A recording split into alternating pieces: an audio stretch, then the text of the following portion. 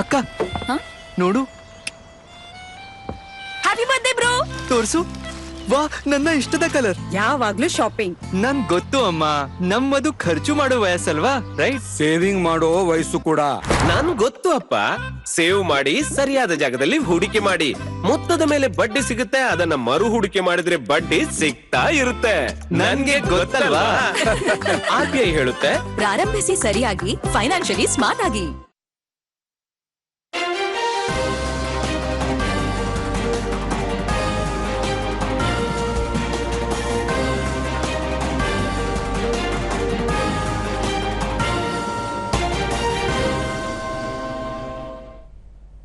ನಮಸ್ಕಾರ. ಮುಖ್ಯಾಂಶಗಳು. ಪ್ರಧಾನಿ ನರೇಂದ್ರ ಮೋದಿ ಇಂದು ಜಮ್ಮು ಕಾಶ್ಮೀರ ಭೇಟಿ, ವಿವಿಧ ಅಭಿವೃದ್ಧಿ ಯೋಜನೆಗಳಿಗೆ ಚಾಲನೆ. ಭಾರತೀಯ ಬ್ಯಾಂಕುಗಳು ಹಣಕಾಸು ವಲಯದ ನಿಕಟ ಸಂಬಂಧ, ಭಾರತ ಮಧ್ಯ ಏಷ್ಯಾ ಆರ್ಥಿಕ ಸಂವಹನಕ್ಕೆ ಬಲ, ಸಚಿವ ಡಾಕ್ಟರ್ ಎಸ್ ಜೈಶಂಕರ್. ಬೆಂಗಳೂರಿನ ಚಿನ್ನಸ್ವಾಮಿ ಕ್ರೀಡಾಂಗಣದಲ್ಲಿ ಕಾಲ್ತುಳಿತ ಪ್ರಕರಣ, ತಪ್ಪಿತಸ್ಥರ ವಿರುದ್ಧ ಕಾನೂನು ಕ್ರಮಕ್ಕೆ ಸೂಚನೆ, ಮುಖ್ಯಮಂತ್ರಿ ಸಿದ್ದರಾಮಯ್ಯ. ಫ್ರೆಂಚ್ ಓಪನ್ ಟೆನ್ನಿಸ್ ಮಹಿಳೆಯರ ಸಿಂಗಲ್ಸ್ನಲ್ಲಿ ಗೌಫ್ ಸೆಬೆಲೆಂಕಾ ಫೈನಲ್ ಪ್ರವೇಶ.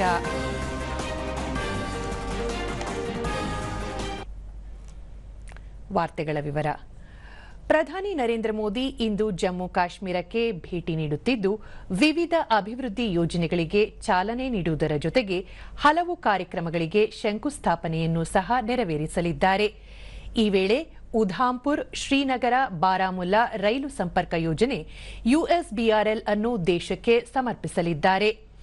272 ಕಿಲೋಮೀಟರ್ ಉದ್ದದ ಉಧಾಂಪುರ ಶ್ರೀನಗರ ಬಾರಾಮುಲ್ಲಾ ರೈಲು ಸಂಪರ್ಕ ಯೋಜನೆಯನ್ನು 44,000 ಕೋಟಿ ರೂಪಾಯಿ ವೆಚ್ಚದಲ್ಲಿ ನಿರ್ಮಿಸಲಾಗಿದ್ದು, ಯೋಜನೆಯು ಸಂಪೂರ್ಣವಾಗಿ ವಿದ್ಯುದೀಕರಣಗೊಂಡಿದೆ.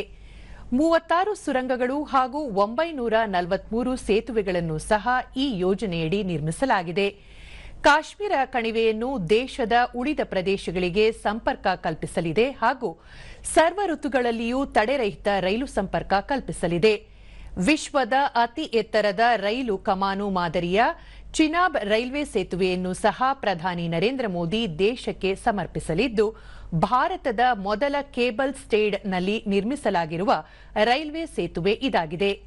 ಪ್ರಧಾನಿ ನರೇಂದ್ರ ಮೋದಿ ಅವರು ತಮ್ಮ ಭೇಟಿಯ ಸಂದರ್ಭದಲ್ಲಿ ಶ್ರೀಮಾತಾ ವೈಷ್ಣೋ ದೇವಿ ಕಾತ್ರಾದಿಂದ ಶ್ರೀನಗರಕ್ಕೆ ಹಾಗೂ ಶ್ರೀನಗರದಿಂದ ಕಾತ್ರಾ ನಡುವೆ ಸಂಪರ್ಕ ಕಲ್ಪಿಸುವ ವಂದೇ ಭಾರತ್ ಎಕ್ಸ್ಪ್ರೆಸ್ ರೈಲುಗಳಿಗೆ ಹಸಿರು ನಿಶಾನೆ ತೋರಲಿದ್ದಾರೆ. ಪ್ರಧಾನಿ ಕಾತ್ರಾದಲ್ಲಿ 350 ಕೋಟಿ ರೂಪಾಯಿ ವೆಚ್ಚದಲ್ಲಿ ನಿರ್ಮಿಸಲಾಗುವ ಶ್ರೀಮಾತಾ ವೈಷ್ಣೋದೇವಿ ವೈದ್ಯಕೀಯ ಉತ್ಕೃಷ್ಟ ಸಂಸ್ಥೆಗೆ ಶಂಕುಸ್ಥಾಪನೆ ನೆರವೇರಿಸಲಿದ್ದು, ಈ ಪ್ರದೇಶದ ಆರೋಗ್ಯ ಮತ್ತು ಮೂಲಸೌಕರ್ಯಕ್ಕೆ ಗಣನೀಯ ಕೊಡುಗೆ ನೀಡುವ ರಿಯಾಸಿ ಜಿಲ್ಲೆಯ ಮೊದಲ ವೈದ್ಯಕೀಯ ಕಾಲೇಜು ಇದಾಗಿದೆ. ಪ್ರಧಾನಿ ನರೇಂದ್ರ ಮೋದಿ ಜಮ್ಮು ಕಾಶ್ಮೀರದ ಕಾತ್ರಾ ರೈಲು ನಿಲ್ದಾಣದಲ್ಲಿ 2 ವಂದೇ ಭಾರತ್ ರೈಲುಗಳನ್ನು ಇಂದು ಉದ್ಘಾಟಿಸಲಿರುವ ಹಿನ್ನೆಲೆಯಲ್ಲಿ ರೈಲ್ವೆ ಸಚಿವ ಅಶ್ವಿನಿ ವೈಷ್ಣವ್ ನಿನ್ನೆ ರೈಲು ನಿಲ್ದಾಣಕ್ಕೆ ಭೇಟಿ ನೀಡಿ ಪರಿಶೀಲಿಸಿದರು. प्रधानमंत्री चिनाब ब्रिज और अंजी ब्रिज का भी शुभारंभ करेंगे।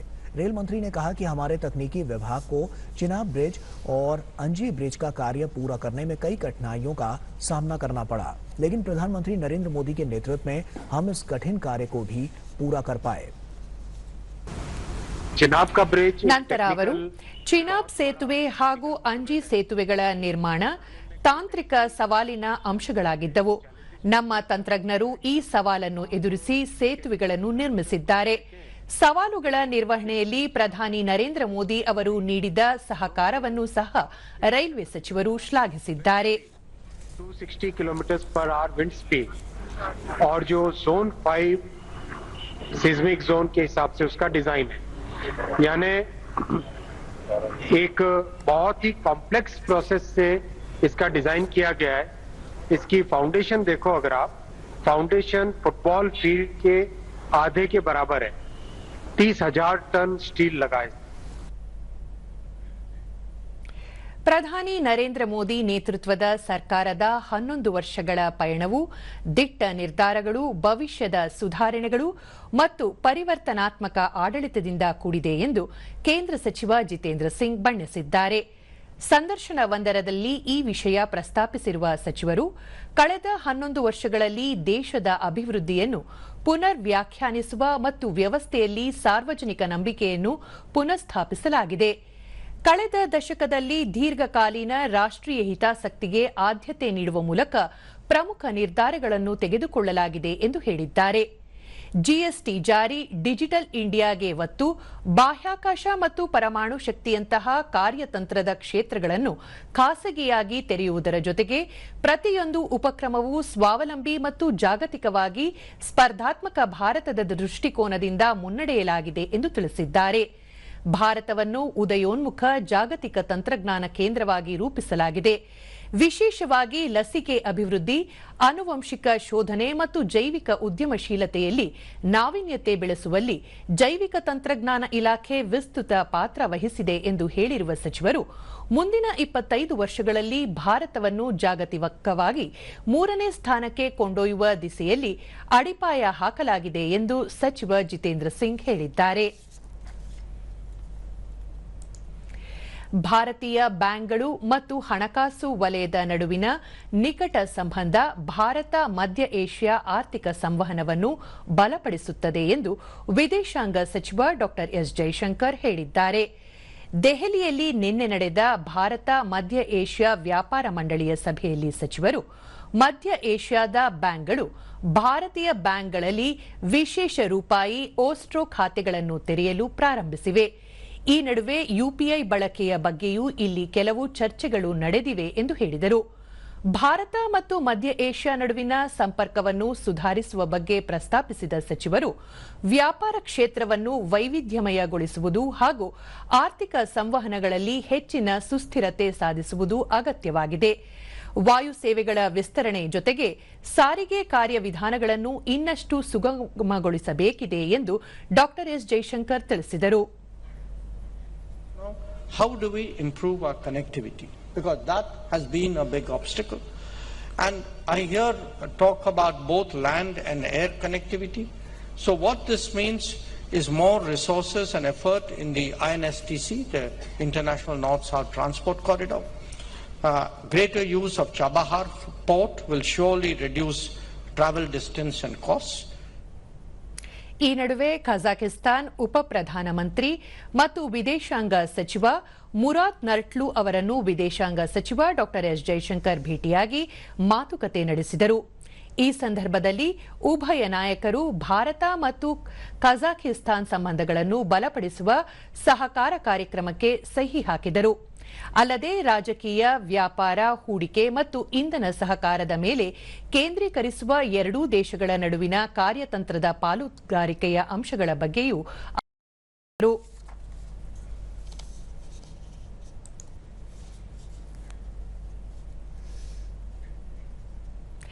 ದೆಹಲಿಯಲ್ಲಿ ನಿನ್ನೆ ಕೇಂದ್ರ ಹಣಕಾಸು ಸಚಿವೆ ನಿರ್ಮಲಾ ಸೀತಾರಾಮನ್ ಮತ್ತು ಕಿರ್ಗಿಸ್ತಾನ್ ವಿದೇಶಾಂಗ ಸಚಿವೆ ಜಿನ್ಬೆಕ್ ಕುಲುಬೇವ್ ಅವರ ಸಮ್ಮುಖದಲ್ಲಿ ಭಾರತ ಮತ್ತು ಕಿರ್ಗಿಸ್ತಾನ್ ನಡುವೆ ಶಿಷ್ಟಾಚಾರ ಒಪ್ಪಂದಕ್ಕೆ ಸಹಿ ಹಾಕಲಾಯಿತು. ಈ ಸಂದರ್ಭದಲ್ಲಿ ಉಭಯ ದೇಶಗಳ ನಡುವೆ ದ್ವಿಪಕ್ಷೀಯ ಹೂಡಿಕೆ ಒಪ್ಪಂದದ ಅನುಮೋದನೆ ಪತ್ರವನ್ನು ವಿನಿಮಯ ಮಾಡಿಕೊಳ್ಳಲಾಯಿತು. ಈ ಒಪ್ಪಂದವು ಭಾರತ ಕಿರ್ಗಿಸ್ತಾನ್ ದ್ವಿಪಕ್ಷೀಯ ಆರ್ಥಿಕ ಸಂಬಂಧಗಳನ್ನು ಬಲಪಡಿಸುವಲ್ಲಿ ಮತ್ತು ಸುರಕ್ಷಿತ ಹೂಡಿಕೆ ವಾತಾವರಣವನ್ನು ಬೆಳೆಸುವಲ್ಲಿ ಮಹತ್ವದ ಮೈಲಿಗಲ್ಲನ್ನು ಸ್ಥಾಪಿಸಲಿದೆ. ಅಲ್ಲದೆ ಗಡಿಯಾಚೆಗಿನ ಹೂಡಿಕೆಗಳನ್ನು ಮತ್ತಷ್ಟು ಉತ್ತೇಜಿಸುವುದರ ಜೊತೆಗೆ ಭಾರತ ಹಾಗೂ ಕಿರ್ಗಿಸ್ತಾನ ನಡುವಿನ ಆರ್ಥಿಕ ಸಹಕಾರಕ್ಕೆ ಹೆಚ್ಚು ಅನುಕೂಲಕರವಾಗಲಿದೆ ಎಂದು ಹಣಕಾಸು ಸಚಿವಾಲಯ ಹೇಳಿದೆ.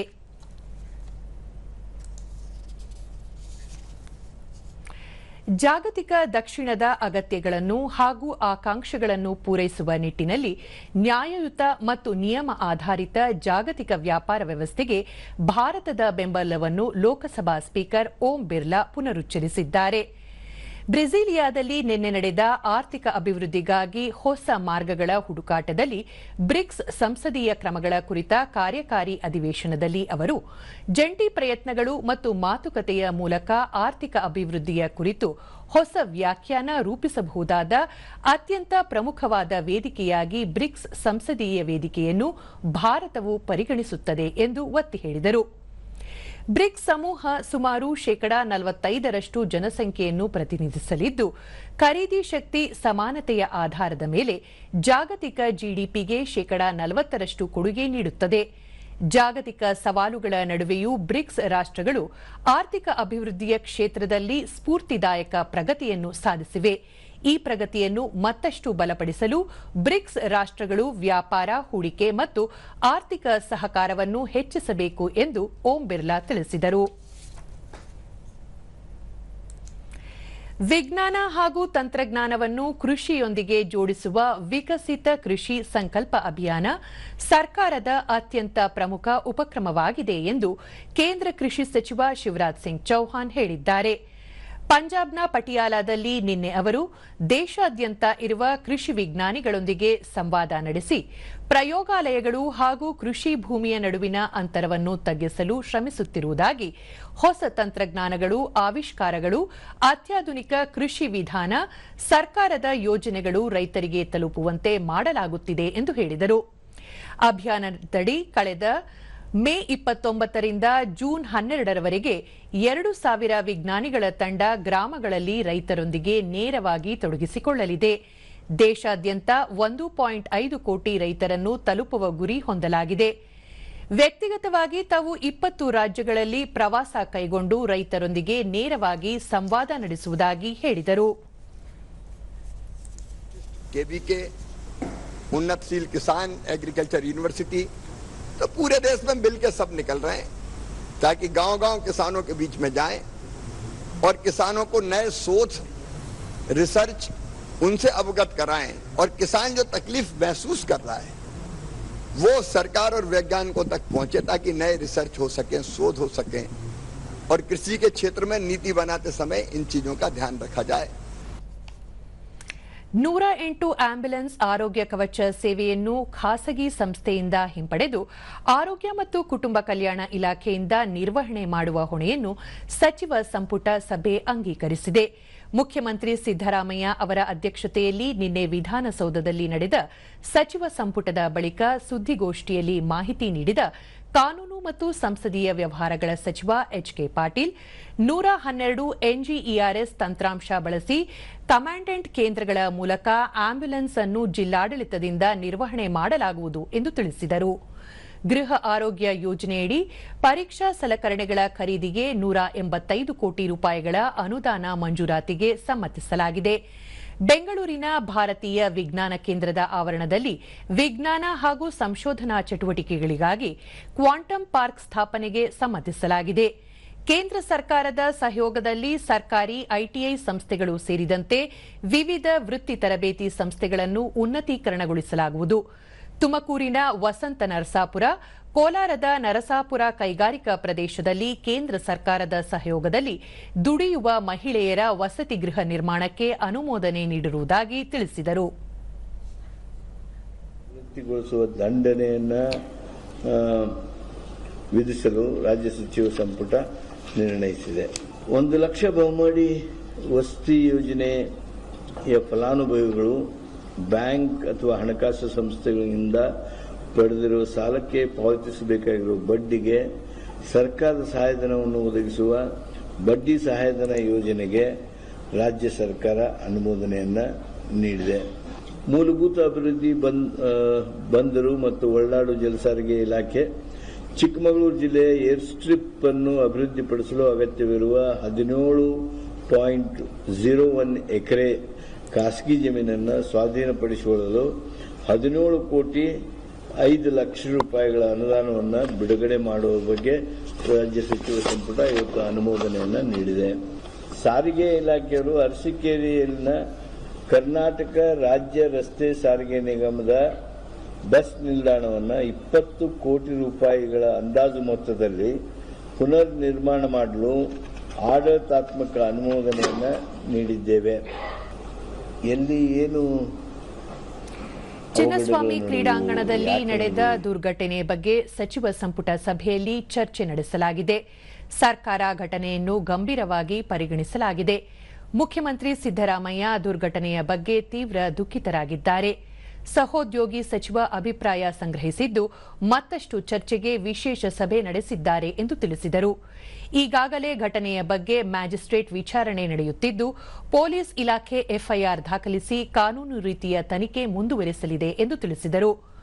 ಒಲಿಂಪಿಕ್ಸ್, ಪ್ಯಾರಾಲಿಂಪಿಕ್ಸ್, ಕಾಮನ್ವೆಲ್ತ್, ಏಷ್ಯನ್ ಕ್ರೀಡಾಕೂಟಗಳ ಪದಕ ವಿಜೇತರನ್ನು ಸಿವಿಲ್ ಸೇವೆಗಳಿಗೆ ನೇಮಕಾತಿ ಮಾಡಲು ಕಾನೂನು ತಿದ್ದುಪಡಿ ಅನುಮತಿಸಲಾಗಿದೆ ಎಂದರು. ಬೆಂಗಳೂರಿನಲ್ಲಿ ಹೆಬ್ಬಾಳದಿಂದ ಸಿಲ್ಕ್ ಬೋರ್ಡ್ವರೆಗೂ ಉತ್ತರ ದಕ್ಷಿಣ ಸುರಂಗ ಮಾರ್ಗ ಕಾರಿಡಾರ್ ಯೋಜನೆಯನ್ನು ನಿರ್ಮಾಣ, ನಿರ್ವಹಣೆ ಮತ್ತು ಹಸ್ತಾಂತರ ಮಾದರಿಯಲ್ಲಿ ಕೈಗೆತ್ತಿಕೊಳ್ಳಲು ಸಂಪುಟ ಸಭೆ ಅನುಮೋದಿಸಿದ್ದು ಜಾಗತಿಕ ಟೆಂಡರ್ ಮೂಲಕ ಗುತ್ತಿಗೆದಾರರನ್ನು ನಿಗದಿಪಡಿಸಲಾಗುವುದು ಎಂದು ತಿಳಿಸಿದರು. ವಿಶೇಷ ಚರ್ಚೆ ಮಾಡೋದಕ್ಕೆ ಸಭೆ ನಡೆಸಿದ್ದಾರೆ. ಆ ಸಭೆಯ ನಿರ್ಣಯಗಳನ್ನು ತಮಗೆ ಸಾಧ್ಯವಾದಷ್ಟು ಬೇಗ ತಿಳಿಸಲಾಗುವುದು. ಬೆಂಗಳೂರಿನ ಚಿನ್ನಸ್ವಾಮಿ ಕ್ರೀಡಾಂಗಣದಲ್ಲಿ ಐಪಿಎಲ್ ಟಿ20 ಟೂರ್ನಿ ಪ್ರಶಸ್ತಿ ಗೆದ್ದ ರಾಯಲ್ ಚಾಲೆಂಜರ್ಸ್ ಬೆಂಗಳೂರು ತಂಡದ ಸಂಭ್ರಮಾಚರಣೆ ವೇಳೆ ನಡೆದ ಕಾಲ್ತುಳಿತ ಪ್ರಕರಣಕ್ಕೆ ಸಂಬಂಧಿಸಿದಂತೆ ರಾಜ್ಯ ಸರ್ಕಾರ ಗಂಭೀರ ಕ್ರಮಗಳನ್ನು ತೆಗೆದುಕೊಂಡಿದೆ. ಬೆಂಗಳೂರಿನಲ್ಲಿ ನಿನ್ನೆ ಸುದ್ದಿಗೋಷ್ಠಿಯಲ್ಲಿ ಮುಖ್ಯಮಂತ್ರಿ ಸಿದ್ದರಾಮಯ್ಯ ಈ ಘಟನೆ ಕುರಿತು ತನಿಖೆಗಾಗಿ ಹೈಕೋರ್ಟ್ನ ನಿವೃತ್ತ ನ್ಯಾಯಾಧೀಶರಾದ ಜಸ್ಟಿಸ್ ಮೈಕಲ್ ಕುನ್ಹಾ ಅವರ ನೇತೃತ್ವದಲ್ಲಿ ಏಕಸದಸ್ಯ ಆಯೋಗ ರಚಿಸಲಾಗಿದೆ. ಅಲ್ಲದೆ ಆರ್ಸಿಬಿ ಸಂಸ್ಥೆ ಹಾಗೂ ಕಾರ್ಯಕ್ರಮ ಆಯೋಜಕರಾದ ಡಿಎನ್ಎ ಮತ್ತು ಕರ್ನಾಟಕ ರಾಜ್ಯ ಕ್ರಿಕೆಟ್ ಸಂಸ್ಥೆ ಈ ಮೂರು ಸಂಸ್ಥೆಗಳ ಪ್ರತಿನಿಧಿಗಳ ವಿರುದ್ಧ ಕಾನೂನು ಕ್ರಮ ತೆಗೆದುಕೊಂಡು ಬಂಧಿಸಲು ಸೂಚನೆ ನೀಡಲಾಗಿದ್ದು ಇವರ ವಿರುದ್ಧ ಎಫ್ಐಆರ್ ಕೂಡ ದಾಖಲಿಸಲಾಗಿದೆ. ಅಲ್ಲದೆ ಈ ಪ್ರಕರಣದ ಕುರಿತು ಸಿಐಡಿ ತನಿಖೆ ನಡೆಸಲಾಗುವುದು ಎಂದು ತಿಳಿಸಿದರು. ಬೆಂಗಳೂರು ನಗರ ಪೊಲೀಸ್ ಆಯುಕ್ತರಲ್ಲದೆ ಕಬ್ಬನ್ ಪಾರ್ಕ್ ಪೊಲೀಸ್ ಠಾಣೆ ಇನ್ಸ್ಪೆಕ್ಟರ್ ಸೇರಿದಂತೆ ಈ ಭಾಗದ ಎಸಿಪಿ, ಸೆಂಟ್ರಲ್ ಡಿಸಿಪಿ ಹಾಗೂ ಕ್ರೀಡಾಂಗಣದ ಉಸ್ತುವಾರಿ ವಹಿಸಿದ್ದ ಹೆಚ್ಚುವರಿ ಪೊಲೀಸ್ ಆಯುಕ್ತರನ್ನು ತಕ್ಷಣದಿಂದ ಅಮಾನತುಗೊಳಿಸಲು ತೀರ್ಮಾನಿಸಲಾಗಿದೆ ಎಂದು ಹೇಳಿದರು. ಉಪಮುಖ್ಯಮಂತ್ರಿಗಳು, ಗೃಹ ಸಚಿವರು, ಸಚಿವರಾದ ಎಚ್ಕೆ ಪಾಟೀಲ್, ಡಾ ಎಂಸಿ ಸುಧಾಕರ್, ಡಾ ಎಚ್ಸಿ ಮಹದೇವಪ್ಪ ಸೇರಿದಂತೆ ಅಧಿಕಾರಿಗಳ ಜೊತೆಗಿನ ಸಭೆಯಲ್ಲಿ ಈ ನಿರ್ಧಾರ ಕೈಗೊಳ್ಳಲಾಗಿದೆ. ಮೇಲ್ನೋಟಕ್ಕೆ ಈ ಅಧಿಕಾರಿಗಳ ಬೇಜವಾಬ್ದಾರಿತನ, ಅಲಕ್ಷ್ಯ ಕಂಡುಬಂದ ಹಿನ್ನೆಲೆಯಲ್ಲಿ ಅಮಾನತುಗೊಳಿಸುವ ನಿರ್ಧಾರ ಕೈಗೊಳ್ಳಲಾಗಿದೆ ಎಂದು ಮುಖ್ಯಮಂತ್ರಿ ಸಿದ್ದರಾಮಯ್ಯ ಹೇಳಿದರು. ಇದೇ ವೇಳೆ ಅವರು ಕಾಲ್ತುಳಿತ ಘಟನೆಯಲ್ಲಿ ಮೃತಪಟ್ಟವರಿಗೆ ಸಂತಾಪ ಕೋರಿದರು. ಕಬ್ಬನ್ ಪಾರ್ಕ್ ಪೊಲೀಸ್ ಸ್ಟೇಷನ್ನ police inspector, station house master, station house officer ಮತ್ತೆ ಆ ಭಾಗದಲ್ಲಿ ಬರ್ತಕ್ಕಂಥ ಎಸಿಪಿ, ಸೆಂಟ್ರಲ್ ಡಿಸಿಪಿ, ಕ್ರಿಕೆಟ್ ಸ್ಟೇಡಿಯಂನ incharge, additional commissioner of police ಮತ್ತೆ ಕಮಿಷನರ್ ಆಫ್ ಪೊಲೀಸ್ ಇವರನ್ನು ತತ್ಕ್ಷಣದಿಂದ ಅಮಾನತುಗೊಳಿಸತಕ್ಕಂಥ ತೀರ್ಮಾನವನ್ನು ಮಾಡಿದ್ದೇವೆ. ರೈತರ ಶ್ರೇಯೋಭಿವೃದ್ಧಿಗಾಗಿ ಕೇಂದ್ರ ಸರ್ಕಾರ ಜಾರಿಗೊಳಿಸಿರುವ ವಿಕಸಿತ ಕೃಷಿ ಸಂಕಲ್ಪ ಅಭಿಯಾನವನ್ನು ಮೈಸೂರು ತಾಲೂಕಿನ ದೇವಲಾಪುರ ಗ್ರಾಮದಲ್ಲಿ ನಿನ್ನೆ ಹಮ್ಮಿಕೊಳ್ಳಲಾಗಿತ್ತು. ಹಿರಿಯ ಕೃಷಿ ವಿಜ್ಞಾನಿಗಳು ಹಾಗೂ ಅಧಿಕಾರಿಗಳು ರೈತರಿಗೆ ಬೀಜೋಪಚಾರ, ಕೃಷಿ ಯಂತ್ರೋಪಕರಣಗಳ ಬಳಕೆ ಸೇರಿದಂತೆ ಕೃಷಿ ಅಭಿವೃದ್ಧಿ ಕುರಿತು ಸಂವಾದ ನಡೆಸಿದರು.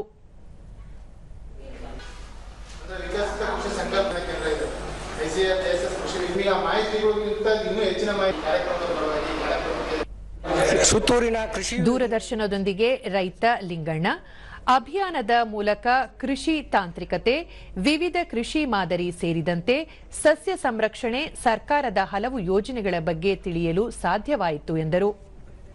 ಇದು ನಮ್ಮ ರೈತರಿಗೆ, ನಮ್ಮ ಗ್ರಾಮದ ರೈತರಿಗೆ ಬಹಳಷ್ಟು ಅನುಕೂಲ ಆಗಿದೆ.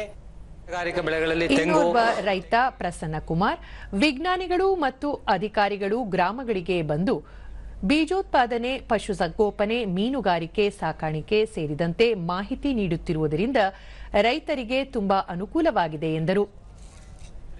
ಮೀನುಗಾರಿಕೆಯಲ್ಲಿ ತೊಡಗಿಸಿಕೊಂಡು ಅನುಕೂಲ ಆಗುತ್ತೆ ಮತ್ತು ಕೃಷಿ ಹೊಂಡಗಳಿಂದ ಅಂತರ್ಜಲ ಹೆಚ್ಚಿಸಬಹುದು ಮತ್ತು ಕೃಷಿ ನೀರಿನ, ಮಳೆ ನೀರನ್ನ ಸಂಗ್ರಹಿಸುವ ಬಗ್ಗೆ ಮಾಹಿತಿ ನೀಡಿರುತ್ತಾರೆ. ಕೃಷಿ ವಿಜ್ಞಾನ ಕೇಂದ್ರದ ವಿಜ್ಞಾನಿ ಡಾಕ್ಟರ್ ದೀಪಕ್ ವಿಕಸಿತ ಕೃಷಿ ಸಂಕಲ್ಪ ಅಭಿಯಾನದ ಮೂಲಕ ಮಹಿಳಾ ಸಶಕ್ತೀಕರಣಕ್ಕೆ ಹೆಚ್ಚು ಒತ್ತು ನೀಡಲಾಗುತ್ತಿದೆ. ರೈತರಿಗೆ ಸರ್ಕಾರದಿಂದ ಹಲವು ಯೋಜನೆಗಳನ್ನು ರೂಪಿಸಿದ್ದು, ಈ ಯೋಜನೆಗಳ ಲಾಭ ಪಡೆದುಕೊಳ್ಳಬೇಕು ಎಂದು ತಿಳಿಸಿದರು. ಮೌಲ್ಯವರ್ಧನೆ ಮಾಡೋದ್ರಿಂದ ಒಂದು ರೈತರ ಆದಾಯ ದ್ವಿಗುಣ ಮಾಡ್ಕೋಬಹುದು. ಇದರಿಂದ ನಾವು ಒಂದು ಆಹಾರದ ಒಂದು ವೇಸ್ಟೇಜ್ ಅನ್ನು ನಾವು ಕಡಿಮೆ ಮಾಡ್ಕೋಬಹುದು ಅಂತ ಹೇಳಕ್ ಇಷ್ಟಪಡ್ತೀನಿ. ಕೃಷಿ ಇಲಾಖೆಯ ಸಹಾಯಕ ತಾಂತ್ರಿಕ ಅಧಿಕಾರಿ ಹೇಮಂತ್ ಆಧುನಿಕ ತಂತ್ರಜ್ಞಾನಗಳ ಬಳಕೆ ಹಾಗೂ ಬೆಳೆ ಬೆಳೆಯುವುದರ ರೈತರಿಗೆ ಸಕಾಲದಲ್ಲಿ ಎಲ್ಲ ರೀತಿಯ ಸೌಲಭ್ಯಗಳು ತಲುಪಿಸುವ ನಿಟ್ಟಿನಲ್ಲಿ ಈ ಅಭಿಯಾನ ಹಮ್ಮಿಕೊಂಡಿರುವುದಾಗಿ ಹೇಳಿದರು. ಒಂದು ಕೃಷಿ ಒಂದು ವಲಯದಲ್ಲಿ ಹೆಚ್ಚಿನ ಒಂದು ಆರ್ಥಿಕ ಅಭಿವೃದ್ಧಿಯನ್ನು ಪಡ್ಕೋಬೇಕು ಅಂತೇಳಿ ದಾವಣಗೆರೆ ತಾಲೂಕಿನ ಶಿರಮಗೊಂಡನಹಳ್ಳಿ ಗ್ರಾಮದಲ್ಲಿ ನಿನ್ನೆ ಆಯೋಜಿಸಿದ್ದ ವಿಕಸಿತ ಕೃಷಿ ಸಂಕಲ್ಪ ಅಭಿಯಾನವನ್ನು ಗ್ರಾಮ ಪಂಚಾಯತ್ ಅಧ್ಯಕ್ಷ ಮಂಜುನಾಥ ಉದ್ಘಾಟಿಸಿದರು. ಈ ವೇಳೆ ಕೃಷಿ ವಿಜ್ಞಾನ ಕೇಂದ್ರದ ವಿಜ್ಞಾನಿಗಳಾದ ಡಾ ಜಯದೇವಪ್ಪ, ಡಾ ಅವಿನಾಶ್, ಕೃಷಿ ವಿಜ್ಞಾನ ಕಾಲೇಜಿನ ಪ್ರಾಂಶುಪಾಲ ಡಾ ಆನಂದ್ ಕುಮಾರ್ ಕತ್ತಲಗೆರೆ, ಮೀನು ಸಂಶೋಧನಾ ಕೇಂದ್ರದ ಹಿರಿಯ ವಿಜ್ಞಾನಿ ಶಾಂತನಕುಮಾರ್, ಪಶು ವೈದ್ಯೆ ಡಾ ಕುಸುಮ ಹಾಗೂ ರೈತರು ಭಾಗವಹಿಸಿದ್ದರು. ಕೃಷಿ, ತೋಟಗಾರಿಕೆ, ಮೀನುಗಾರಿಕೆ, ಹೈನುಗಾರಿಕೆ, ಪಶುಪಾಲನೆ ಹಾಗೂ ಪಶು ವೈದ್ಯಕೀಯ ಇಲಾಖೆಗಳು ಸೇರಿದಂತೆ ವಿವಿಧ ಇಲಾಖೆಗಳ ತಜ್ಞರು ರೈತರ ಮನೆ ಬಾಗಿಲಿಗೆ ಬಂದು ಕೃಷಿಗೆ ಹಾಗೂ ಇತರ ಸಮಸ್ಯೆಗಳಿಗೆ ಸಂಬಂಧಪಟ್ಟ ಇಲಾಖೆಗಳಿಂದ ಪರಿಹಾರ ಮತ್ತು ಅರಿವು ಮೂಡಿಸಿದರು. ಡಾ ಜಯದೇವಪ್ಪ ಮುಂಗಾರು ಹಂಗಾಮಿನಲ್ಲಿ ಬಿತ್ತನೆ ಬೀಜ, ರಸಗೊಬ್ಬರ, ಬೆಳೆಗಳ ನಿರ್ವಹಣೆ ಸೇರಿದಂತೆ ತಂತ್ರಜ್ಞಾನಗಳನ್ನು ಒದಗಿಸಿ ರೈತರ ಬೆಳೆಗಳ ಗುಣಮಟ್ಟದ ಉತ್ಪಾದನೆ ಹೆಚ್ಚಿಸಲು ಕೇಂದ್ರ ಸರ್ಕಾರವು ಈ ಕಾರ್ಯಕ್ರಮ ರೂಪಿಸಿದೆ ಎಂದರು. ಬರೀ ಜೋಳ ಇಲ್ಲ, ಮೆಕ್ಕೆಜೋಳ ಇಲ್ಲಾಂದ್ರೆ ಅಡಿಕೆ, ಈ ರೀತಿ ನಾವು ರೈತರು ಒಂದೇ ತರ ಬೆಳೆ ಬೆಳೆದಾಗ ಏನಾಗುತ್ತೆ ಅಂದ್ರೆ ಭೂಮಿಗಳು ಹಾಳಾಗ್ತವೆ, ಕೀಟ ರೋಗಗಳು ಜಾಸ್ತಿ ಆಗ್ತವೆ. ಈ ಕಾರಣಕ್ಕೆ ನಾವು ವೈವಿಧ್ಯತೆಯನ್ನು ತರಬೇಕು ಬೆಳೆಗಳಲ್ಲಿ. ಡಾ ಆನಂದ್ ಕುಮಾರ್ ರೈತರು ಉತ್ತಮ ಬೆಳೆ ಪಡೆಯಲು ಬಿತ್ತನೆ ಬೀಜ, ನೀರು ಮತ್ತು ಮಣ್ಣಿನ ಸಂರಕ್ಷಣೆ ಮಾಡಬೇಕು. ಮಣ್ಣಿನ ಸಂರಕ್ಷಣೆ ಕಾಪಾಡುವ ಮೂಲಕ ಉತ್ತಮ ಇಳುವರಿ ಪಡೆಯಬಹುದು ಎಂದರು. ಎಲ್ಲ ಬತ್ತಿ ಹೋಗ್ತವೆ, ಅದಕ್ಕೆ ಆ ಮಾರ್ಗೋಪಾಯಗಳನ್ನ ನಾವು ಯಾವ ರೀತಿ ಮಾಡಬೇಕು ಅನ್ನೋದನ್ನ ಬಹಳ ಮುಖ್ಯವಾಗಿ ನಾವು ತಿಳ್ಕೊಬೇಕಾಗ್ತದೆ. ನೀರಿನ ಬಗ್ಗೆ ಅದನ್ನ ತಿಳ್ಕೊಳ್ಳೇಬೇಕು ಪ್ರತಿಯೊಬ್ಬರು ಅಷ್ಟೇ. ಇವತ್ತು ನಾವು ಇದೇ ಒಂದು ನಮ್ಮ ಶಿರಮಗೊಂಡನಹಳ್ಳಿಯಲ್ಲಿ ನಲ್ಲಿಗಳು ಸಹ ಹಾಕಿದ್ದಾರೆ. ನಲ್ಲಿಗಳು ಹಾಕಿದಾಗ ನೀರನ್ನ ಬಿಡ್ತಾರೆ. ಬಿಟ್ಟಾಗ ನಾವು ಎಷ್ಟು ಬೇಕಷ್ಟು ಇಟ್ಕೊಂಡು ಸರಿಯಾಗಿ ಅದನ್ನ ಏನ್ ಮಾಡಬೇಕು, ಬಂದ್ ಮಾಡಬೇಕಾಗ್ತದೆ. ಡಾ ಕುಸುಮ ಕೇಂದ್ರ ಸರ್ಕಾರವು ಹಲವು ಯೋಜನೆಗಳನ್ನು ರೂಪಿಸಿದ್ದು, ಕುರಿ, ಹಂದಿ, ಮೇಕೆ ಹಾಗೂ ಕೋಳಿ ಸಾಕಾಣೆಗೆ ಶೇಕಡಾ 50% ಸಹಾಯಧನ ಪಡೆಯಬಹುದಾಗಿದೆ. ಇದರಿಂದ ಸ್ವಯಂ ಉದ್ಯೋಗ ಕೈಗೊಳ್ಳಲು ಸಹಕಾರಿಯಾಗಿದೆ ಎಂದು ತಿಳಿಸಿದರು. ಉತ್ಪಾದನಾ ಘಟಕಗಳನ್ನ ಮಾಡಬಹುದು. ಅದರಲ್ಲಿ 50% ಸಬ್ಸಿಡಿ ಇರುತ್ತೆ ಕೇಂದ್ರ ಸರ್ಕಾರದಿಂದ, ಇನ್ನ 50% ಬ್ಯಾಂಕ್ ಲೋನ್ ನ ತಗೋಬೇಕಾಗತ್ತೆ. ಇದೆಲ್ಲ ಆನ್ಲೈನ್ ಮುಖಾಂತರ ಅಪ್ಲಿಕೇಶನ್ ಹಾಕಬಹುದು. ಶಾಂತನಕುಮಾರ್ ಕೇಂದ್ರ ಸರ್ಕಾರವು ಮೀನು ಸಾಕಾಣಿಕೆಗೆ ಹಲವು ಯೋಜನೆಗಳನ್ನು ರೂಪಿಸಿದ್ದು, ಮೀನು ಕೃಷಿಗೆ 2 ಲಕ್ಷದಿಂದ 10 ಲಕ್ಷದವರೆಗೆ ಸಹಾಯಧನ ನೀಡಿ ಪ್ರೋತ್ಸಾಹ ನೀಡುತ್ತಿದೆ ಎಂದರು. So thereby you can improve the fish production in the natural environment also. So that one technology we are having, and we are also having pen culture in the Jalashayu. Wherever that margin is there, where we can make a enclosure, there you can culture the fish fingerlings. ರೈತ ರುದ್ರೇಶ್ ತೋಟಗಾರಿಕೆ, ಕೃಷಿ, ರೇಷ್ಮೆ, ಮೀನುಗಾರಿಕೆ ಇಲಾಖೆಯಿಂದ ಸಿಗುವ ಸೌಲಭ್ಯಗಳ ಬಗ್ಗೆ ಉತ್ತಮ ಸಲಹೆ ಸೂಚನೆಗಳನ್ನು ನೀಡಿರುವುದರಿಂದ ರೈತರಿಗೆ ತುಂಬಾ ಅನುಕೂಲವಾಗಲಿದೆ ಎಂದರು. ಇತ್ತು ಸ್ವಲ್ಪ ತಡ ಆದ್ರೂ ಸಹ ನಮ್ಮ ರೈತರ ಅನುಕೂಲ ಆಗೈತಿ. ಈ ಒಂದು ಕಾರ್ಯಕ್ರಮವನ್ನು ನಮ್ಮ ಗ್ರಾಮದಲ್ಲೇ ಮಾಡಿದ್ದಕ್ಕೆ ಅವರಿಗೆ ನಾವು ಸರ್ಕಾರದ ಪರವಾಗಿ ಸರ್ಕಾರಕ್ಕೂ ಮತ್ತು ನಮ್ಮ ಗ್ರಾಮ ಪರವಾಗಿ ಅಭಿನಂದನೆ ಸಲ್ಲಿಸ್ತಾ ಇದ್ದೀವಿ. ಇವತ್ತು ನಮ್ಮ ಗ್ರಾಮದಲ್ಲಿ ಎಲ್ಲ ಅಧಿಕಾರಿಗಳು ಇರ್ಬೋದು ಮತ್ತು ನಮ್ಮ ಗ್ರಾಮಸ್ಥರು ಸಹ ಇದಕ್ಕೆ ಸ್ಪಂದಿಸಿ ಕೆಲಸ ಮಾಡಿದ್ದಾರೆ. ಇನ್ನು ಹೆಚ್ಚೆಚ್ಚು ಈ ಕಾರ್ಯಕ್ರಮಗಳು ಜನಗಳಿಗೆ ಸ್ಪಂದಿಸಿ ಕೆಲಸ ಮಾಡಲಿ. ಇನ್ನೋರ್ವ ರೈತ ಕರಿಬಸಪ್ಪ ವಿಕಸಿತ ಕೃಷಿ ಅಭಿಯಾನದಿಂದ ಬೀಜೋತ್ಪಾದನೆ, ರಸಗೊಬ್ಬರ ಬಳಕೆ, ರೋಗ ಕೀಟಗಳ ನಿಯಂತ್ರಣ ಸೇರಿದಂತೆ ವಿಜ್ಞಾನಿಗಳು ಮಾಹಿತಿ ಒದಗಿಸಿರುವುದು ರೈತರಿಗೆ ಸಹಕಾರಿಯಾಗಿದೆ ಎಂದು ಹೇಳಿದರು. ಮಾಡ ಖರ್ಚೆಲ್ಲ ಮಾಡಿ ಏನು ಉಳಿಲಿದ್ರೆ ರೈತ ನಿರಾಸಕ್ತಿ ಆಗ್ತಾನೆ. ರೈತನಿಗೆ ಏನಪ್ಪಾ ಅಂದ್ರೆ ಅವನು ಖುಷಿ ಇರ್ಬೇಕು, ಒಳ್ಳೆ ಇಳುವರಿ ಬಂದು ಒಳ್ಳೆ ಬೆಳೆ ಬಂದು ಒಳ್ಳೆ ಉತ್ಸಾಹಕತೆ ರೇಟ್ ಇದ್ರೆ ಮಾತ್ರ ಅವನು ಬಹಳ ಖುಷಿ ಮತ್ತೆ ಮುಂದಿನ ಬೆಳೆಗೆ ಜೋರಾಗಿ ಹೋಗ್ತಾನೆ. ರಾಜ್ಯ ಸರ್ಕಾರದ ಎನ್ಎಸ್ಎಸ್ ಕೋಶ, ಯುವ ಸಬಲೀಕರಣ ಮತ್ತು ಕ್ರೀಡಾ ಇಲಾಖೆ ದಕ್ಷಿಣ ಕನ್ನಡ, ರಾಷ್ಟ್ರೀಯ ಸೇವಾ ಯೋಜನೆ ಮತ್ತು ಏನೆಪೋಯ ವಿಶ್ವವಿದ್ಯಾಲಯದ ಸಹಯೋಗದಲ್ಲಿ ಅಂತಾರಾಷ್ಟ್ರೀಯ ಯುವ ಶೃಂಗಸಭೆ 2025 ಮಂಗಳೂರಿನಲ್ಲಿ ಜರುಗಿತು. ಕಾರ್ಯಕ್ರಮವನ್ನು ಆರೋಗ್ಯ ಮತ್ತು ಕುಟುಂಬ ಕಲ್ಯಾಣ ಸಚಿವ ದಿನೇಶ್ ಗುಂಡೂರಾವ್ ಉದ್ಘಾಟಿಸಿದರು.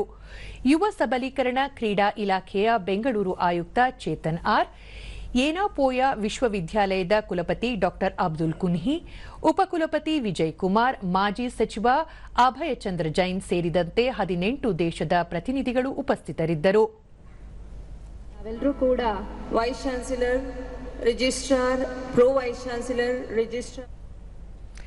ಬಳಿಕ ದಿನೇಶ್ ಗುಂಡೂರಾವ್, ಇದೊಂದು ಅಪೂರ್ವ ಕಾರ್ಯಕ್ರಮವಾಗಿದ್ದು 18 ರಾಷ್ಟ್ರೀಯ ಮಟ್ಟದ ಪ್ರತಿನಿಧಿಗಳು ಅಂತಾರಾಷ್ಟ್ರೀಯ ಗ್ಲೋಬಲ್ ಯೂತ್ ಸಮಿಟ್ನಲ್ಲಿ ಭಾಗವಹಿಸಿದ್ದಾರೆ. ದೇಶದ ಕಾನೂನು, ಯುವಜನರ ಹಕ್ಕುಗಳ ಬಗ್ಗೆ ಯುವಜನತೆ ಅರಿತುಕೊಳ್ಳಬೇಕಿದೆ ಎಂದರು. The kind of, the way we are going about doing things. So this is also a very important part. So I would suggest that as a health minister, all of you think about those things also, because every person is important. Every individual is important. Tennis.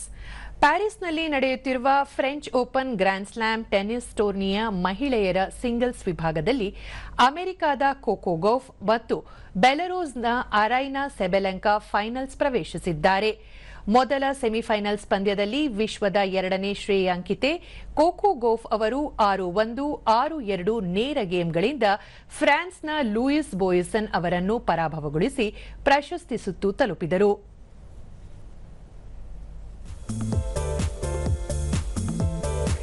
ಎರಡನೇ ಸೆಮಿಫೈನಲ್ನಲ್ಲಿ ಅರೈನಾ ಸೆಬೆಲೆಂಕಾ 7-6, 4-6, 6-0 ಸೆಟ್ಗಳಿಂದ ಪೋಲೆಂಡ್ನ Iga Swiatek ಅವರ ವಿರುದ್ಧ ಜಯಗಳಿಸಿ final ತಲುಪಿದರು. ಈ ಮಧ್ಯೆ ಪುರುಷರ singles ವಿಭಾಗದಲ್ಲಿ ಜೆನಿಕ್ ಸಿನ್ನರ್, ಕಾರ್ಲೋಸ್ ಅಲ್ಕರಾಸ್, ನೊವಾಕ್ ಜೊಕೋವಿಚ್ ಮತ್ತು ಲೊರಾನ್ಜೊ ಮರ್ಸೆಟಿ ಸೆಮಿಫೈನಲ್ಸ್ ಪ್ರವೇಶಿಸಿದ್ದಾರೆ. ಈಗ ಇಂದಿನ ಪತ್ರಿಕೆಗಳ ಇಣುಕು ನೋಟ. ಇಂದು ಕಾಶ್ಮೀರದಲ್ಲಿ ವಿಶ್ವದ ಅತಿ ಎತ್ತರದ ರೈಲ್ವೆ ಕಮಾನು ಸೇತುವೆ ಲೋಕಾರ್ಪಣೆ, ಪ್ರಧಾನಿ ಹಸಿರು ನಿಶಾನೆ. ಜನ ಕಲ್ಯಾಣಕ್ಕೆ ಸರ್ಕಾರ ಬದ್ಧ, ಮೋದಿ ಭರವಸೆ. ಜೂನ್ 9ಕ್ಕೆ ಎನ್ಡಿಎ ಸರ್ಕಾರಕ್ಕೆ 11 ವರ್ಷ, 11 ಪ್ರಮುಖ ಸಾಧನೆಗಳ ಬಗ್ಗೆ ಅಭಿಯಾನ. ಭಾರತದಲ್ಲಿಯೇ ರಫೇಲ್ ಉತ್ಪಾದನೆ, ಮೇಕ್ ಇನ್ ಇಂಡಿಯಾಗೆ ಬಲ, ಟಾಟಾ ಜೊತೆಗೆ ಡಸಾಲ್ಟ್ ಏವಿಯೇಷನ್ ಒಪ್ಪಂದ. ಕಾಲ್ತುಳಿತ, ಕಮಿಷನರ್ ಅಮಾನತು.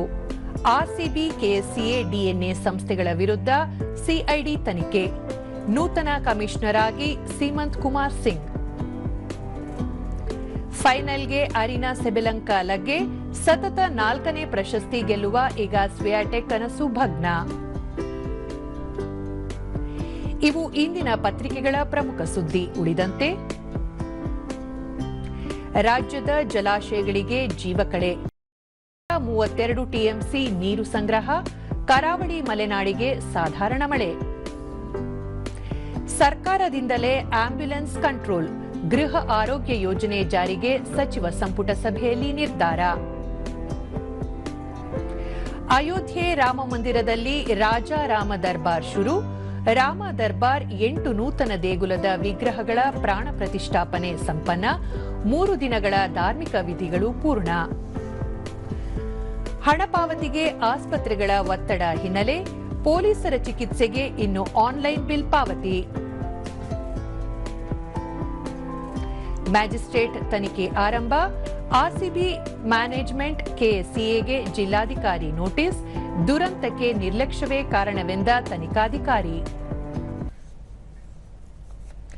ಬೆಂಗಳೂರು ಪ್ರಾದೇಶಿಕ ಸುದ್ದಿ ವಿಭಾಗಕ್ಕೆ ಕರ್ನಾಟಕದ ವಿವಿಧ ಜಿಲ್ಲೆಗಳಲ್ಲಿ ಸ್ಟ್ರಿಂಜರ್ ಆಗಿ ಕಾರ್ಯನಿರ್ವಹಿಸಲು ಅರ್ಹ ಅಭ್ಯರ್ಥಿಗಳಿಂದ ಅರ್ಜಿ ಆಹ್ವಾನಿಸಲಾಗಿದೆ. ಅರ್ಜಿ ಸಲ್ಲಿಸಲು ದಿನಾಂಕವನ್ನು ವಿಸ್ತರಿಸಲಾಗಿದ್ದು ಜೂನ್ 6ರವರೆಗೆ ಅವಕಾಶ ಕಲ್ಪಿಸಲಾಗಿದೆ. ವಿವರಗಳು ಇಂತಿವೆ. ಬೆಂಗಳೂರು ಪ್ರಾದೇಶಿಕ ಸುದ್ದಿ ವಿಭಾಗದಲ್ಲಿ ಸ್ಟ್ರಿಂಜರ್ ಹುದ್ದೆಯಲ್ಲಿ ಕಾರ್ಯನಿರ್ವಹಿಸಲು ಅರ್ಜಿ ಆಹ್ವಾನಿಸಲಾಗಿದ್ದು, ಅರ್ಜಿ ಸಲ್ಲಿಸಲು ಜೂನ್ 6ರವರೆಗೆ ದಿನಾಂಕವನ್ನು ವಿಸ್ತರಿಸಲಾಗಿದೆ. ಜಿಲ್ಲೆಗಳಲ್ಲಿ ಪ್ರಸ್ತುತ ಕಾರ್ಯನಿರ್ವಹಿಸುತ್ತಿರುವ ಹಾಗೂ ಇಚ್ಛೆಯುಳ್ಳ ಅರ್ಹ ಅಭ್ಯರ್ಥಿಗಳು ಅರ್ಜಿ ಸಲ್ಲಿಸಬಹುದಾಗಿದೆ. ಯಾದಗಿರಿ ಹಾಗೂ ಗದಗ ಜಿಲ್ಲೆ ಹೊರತುಪಡಿಸಿ ಎಲ್ಲಾ ಜಿಲ್ಲೆಗಳಲ್ಲೂ ಅರ್ಹ ಅಭ್ಯರ್ಥಿಗಳಿಂದ ಅರ್ಜಿ ಆಹ್ವಾನಿಸಲಾಗಿದೆ. ಅರ್ಜಿ ಸಲ್ಲಿಸುವ ಮುನ್ನ ಪ್ರಸಾರ ಭಾರತಿ ಜಾಲತಾಣದಲ್ಲಿ ನಮೂದಿಸಲಾಗಿರುವ ವಿವರಗಳನ್ನು ಗಮನಿಸತಕ್ಕದ್ದು. ಅರ್ಜಿಯ ವಿವರಗಳು https://prasarabharati.gov.in/pbvacancy/ ಜಾಲತಾಣದಲ್ಲಿ ಲಭ್ಯ. ಅರ್ಜಿ ಸಲ್ಲಿಸಲು ಕೊನೆಯ ದಿನಾಂಕ 6 ಜೂನ್ 2025. ಅರ್ಜಿಗಳನ್ನು ಸ್ಪೀಡ್ ಪೋಸ್ಟ್ ಅಥವಾ ರಿಜಿಸ್ಟರ್ ಪೋಸ್ಟ್ ಮೂಲಕವೇ ಸಲ್ಲಿಸತಕ್ಕದ್ದು. ಕೊನೆಯಲ್ಲಿ ಮತ್ತೊಮ್ಮೆ ಮುಖ್ಯಾಂಶಗಳು. ಪ್ರಧಾನಿ ನರೇಂದ್ರ ಮೋದಿ ಇಂದು ಜಮ್ಮು ಕಾಶ್ಮೀರ ಭೇಟಿ, ವಿವಿಧ ಅಭಿವೃದ್ಧಿ ಯೋಜನೆಗಳಿಗೆ ಚಾಲನೆ. ಭಾರತೀಯ ಬ್ಯಾಂಕುಗಳು ಹಣಕಾಸು ವಲಯದ ನಿಕಟ ಸಂಬಂಧ, ಭಾರತ ಮಧ್ಯ ಏಷ್ಯಾ ಆರ್ಥಿಕ ಸಂವಹನಕ್ಕೆ ಬಲ, ಸಚಿವ ಡಾಕ್ಟರ್ ಎಸ್ ಜೈಶಂಕರ್. ಬೆಂಗಳೂರಿನ ಚಿನ್ನಸ್ವಾಮಿ ಕ್ರೀಡಾಂಗಣದಲ್ಲಿ ಕಾಲ್ತುಳಿತ ಪ್ರಕರಣ, ತಪ್ಪಿತಸ್ಥರ ವಿರುದ್ಧ ಕಾನೂನು ಕ್ರಮಕ್ಕೆ ಸೂಚನೆ, ಮುಖ್ಯಮಂತ್ರಿ ಸಿದ್ದರಾಮಯ್ಯ. ಫ್ರೆಂಚ್ ಓಪನ್ ಟೆನಿಸ್ ಮಹಿಳೆಯರ ಸಿಂಗಲ್ಸ್ನಲ್ಲಿ ಗೌಫ್ ಸೆಬೆಲೆಂಕಾ ಫೈನಲ್ ಪ್ರವೇಶ.